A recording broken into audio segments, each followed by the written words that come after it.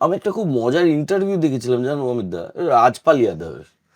রাজপাল যখন স্ট্রাগল করছে তখন ওকে দেখে বলেছিল, তুম कौन हो?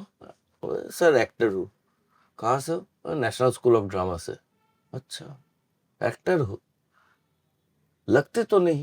হ্যাঁ মানে অভিনেতার মতো তো দেখতে না। অভিনেতার মতো দেখতে যে কি জিনিস, কোন সবজি, সেটাই রাজপাল আজ পর্যন্ত আবিষ্কার করেনি, যে কোন কিরকম দেখতে হলে অ্যাকচুয়ালি অভিনেতার মতন দেখতে হ্যাঁ, হয়। সেইটা তো অদ্ভুত। আমি এরকম একটা পড়েছিলাম, মানে এরকম প্রশ্ন। ওই ন্যাশনাল স্কুল অফ ড্রামায় পরীক্ষা দিয়েছি, 2বার দিয়েছি। তো লাস্ট বার পরীক্ষা প্রথমবার প্রিলিমে হয়নি, সেকেন্ড বার প্রিলিমে হয়নি। সেকেন্ড বার একটু লেস সিরিয়াস হয়ে গেছিলাম, হুম। সবাই দিচ্ছিল হিরিকে দিয়ে, প্রথমবার সিরিয়াসলি দিয়েছিলাম। তো সেইখানে লাস্ট বারে আমাকে প্যানেলের থেকে ওখান থেকে নানাবিধ প্রশ্ন করে।